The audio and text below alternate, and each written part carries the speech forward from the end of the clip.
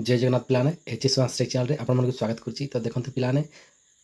जो पिलाने अपेक्षा कर रही जोटा कि आम प्लस टू सेकेंड फेज रे एडमिशन करने पाई सही पिला आसी बड़ अपडेट कि देखो आम भिडियो सब किसी डिटेल्स जाना आपंकर ऑनलाइन केवे स्टार्ट हो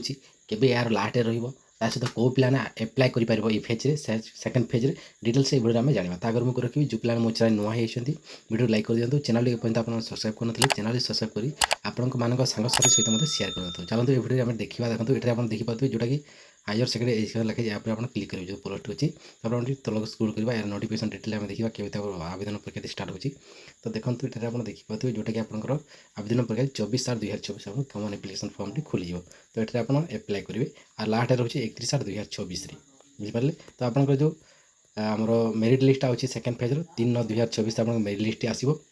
तापर रिपोर्टिंग करेंगे 7/9 लास्ट डेट आप एडमिशन रोचे आपंकर 10/9/2024 टोटाल आपंकर डाटा ईपीएस ऑपरेशन हो 11/9/2024 बुझापारे पिलाने। तो आप नोटिफिकेशन आसला आपने एप्लाय करेंगे ना 24/8 आप एप्लाय करेंगे 31 पर्यटन ठीक अच्छे। तो ये मुझे कहती कौ पिलाने एप्लाय कर देखो पिलाने जो मैंने फ्रेश रोच जो पिलाने फेज 1 रे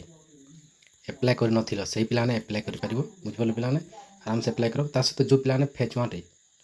सिलेक्ट हो न सीट पाई नथिल से पिलाने सीट एप्लाय कर ठीक अच्छे। जो पिलाने एडमिशन करी